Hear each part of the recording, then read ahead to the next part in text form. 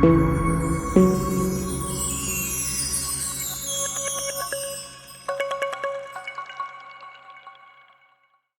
back viewers. In today's video we are going to check out some more functionality of the Endeavour OS. So you have opened up the welcome app, and here you can use these two packages, that is the Pacdiff and the Meld, to manage the differences between two packages. So whenever you compare the two files or two packages, it will show you the difference between the two packages, what file contents are there in the package, what are the versioning numbers of the package and the files, everything you can see it using the Pacdiff and Meld. So in one of our videos we will go in further detail and try to use the Pacdiff and Meld to compare the two packages, two files.